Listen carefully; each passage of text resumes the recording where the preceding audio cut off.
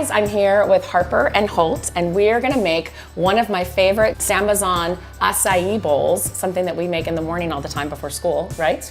They're organic, first of all, fair trade, and they're packed with antioxidants, which is so great as a mom. This is what you want. And we're gonna make the Chocolate Dream Bowl today. So we've got our coconut cream. Will you pour that in, baby? And then we got almond milk, frozen banana, and then we're gonna take 1 date, and then look, you gotta level this out. Can you do that? Throw that in, cacao powder. We're gonna take our acai packs, which I've put in some water just to defrost them just slightly.